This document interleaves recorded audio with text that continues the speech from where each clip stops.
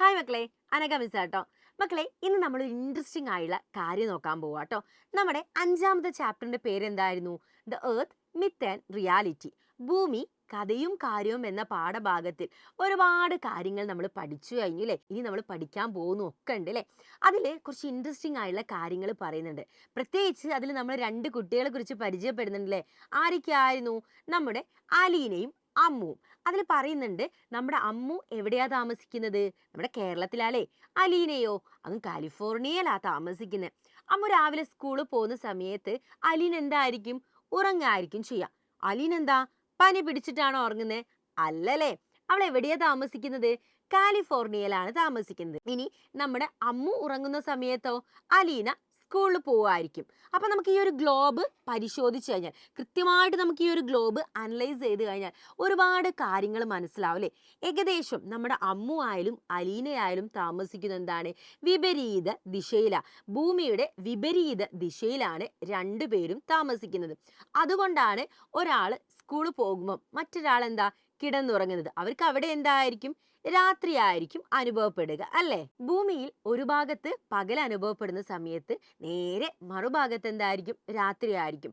ഭൂമിയിൽ പകലും രാത്രിയും ഇങ്ങനെ മാറി മറിഞ്ഞുകൊണ്ടേയിരിക്കുന്നു. അപ്പൊ അതൊന്ന് നമുക്കൊരു പരീക്ഷണത്തിലൂടെ മനസ്സിലാക്കിയാലോ? അപ്പൊ മക്കളെ, നമ്മൾ പരീക്ഷണം സ്റ്റാർട്ട് ചെയ്താലോ? ഇവിടെ നിങ്ങൾക്ക് 2 കാര്യങ്ങളെ കാണാൻ പറ്റുന്നുണ്ട് അല്ലേ. ഒന്നെന്താ? ഒരു ലൈറ്റും, ഒന്ന് നമ്മുടെ ഗ്ലോബും. അപ്പൊ നമുക്ക് പരീക്ഷണം സ്റ്റാർട്ട് ചെയ്യാം. അപ്പൊ ഈ പ്രകാശം ഇങ്ങനെ ഗ്ലോബിലേക്ക് അടിക്കുന്ന സമയത്ത്, ഇത് നമ്മുടെ ഭൂമിയായിട്ട് മക്കൾ ഇമാജിൻ ചെയ്യണേ. അപ്പൊ ഗ്ലോബിലേക്ക് അടിക്കുന്ന സമയത്ത് ഇവിടെ എന്താ കാണുന്നത്? ഫുള്ള് പ്രകാശമായിട്ട് കാണുന്നുണ്ട് അല്ലേ. പക്ഷേ ഇതിന് ജസ്റ്റ് ഓപ്പോസിറ്റ് എന്തായിരിക്കും? ബ്ലാക്ക് കളർ, ഇരുട്ടായിട്ടാണല്ലേ കാണാൻ സാധിക്കുന്നത്. ഇനി മിസ് ഈ ഭൂമി ഒന്ന് ഇങ്ങനെ കറക്കി നോക്കുകയാണേ. ഇങ്ങനെ കറങ്ങി കറങ്ങി വരുന്ന സമയത്ത് എന്താ?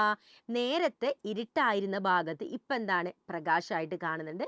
നേരത്തെ പ്രകാശത്തിൽ ഇരുന്ന ഭാഗം എന്താ? ഇപ്പം ഇരുട്ടത്തുമാണ്. ഇതേപോലെ തന്നെയാണ് മക്കളെ നമ്മുടെ ഭൂമിയിലും സംഭവിക്കുന്നത്. അപ്പൊ ഈ ലൈറ്റ് എന്ന് പറയുന്നത് ആരായിരിക്കും?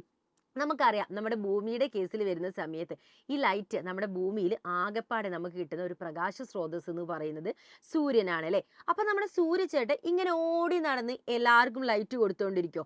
ഇല്ലല്ലേ. എവിടെയെങ്കിലും ഒരു ഭാഗത്താണ് മൂപ്പര നിൽപ്പ്. അപ്പൊ ഇങ്ങനെ ഓടിക്കൊണ്ടിരിക്കുന്ന ആരാ? നമ്മുടെ ഭൂമിയാണ് അല്ലേ. അപ്പൊ ഭൂമി ഇങ്ങനെ കറങ്ങുന്നത് കൊണ്ടാണ് നമുക്ക് എന്താണ്? വെളിച്ചവും അതേപോലെ തന്നെ ഇരുട്ടും, രാവും പകലും ലഭിക്കുന്നത് അല്ലേ. അങ്ങനെ ഭൂമി, നമുക്ക് ഓൾറെഡി അറിയാം ഭൂമി എന്താ? ഒരു ഗോളാകൃതിയാണെന്നും അത് അതിൻ്റെ അച്ചുതണ്ടിൽ ഇങ്ങനെ സ്വയം കറങ്ങിക്കൊണ്ടിരിക്കുകയാണെന്നും നമുക്കറിയാം. അങ്ങനെ ഇങ്ങനെ കറങ്ങുന്നതിന് നമ്മൾ എന്താ വിളിക്കുക? ഭൂമി അതിൻ്റെ അച്ചുതണ്ടിൽ ഇങ്ങനെ കറങ്ങിക്കൊണ്ടിരിക്കുന്നതിന് നമ്മൾ പറയുന്ന പേരാണ് ഭ്രമണം എന്നല്ലേ. അപ്പം ഭ്രമണം മൂലമാണ് നമുക്ക് എന്താണ്? ഭൂമിയിൽ രാവും പകലും ലഭിക്കുന്നത്. മനസ്സിലായല്ലോ.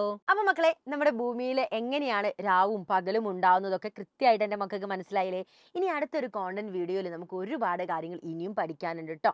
അപ്പൊ നമ്മുടെ ഇന്നത്തെ വീഡിയോ നമ്മൾ വൈൻഡ് അപ്പ് ചെയ്യാണ്. അടുത്ത ക്ലാസ്സിൽ അടുത്തൊരു വീഡിയോ ആയിട്ട് നമുക്ക് കണ്ടുമുട്ടാം. So that's all about this video. Thanks for watching us dears.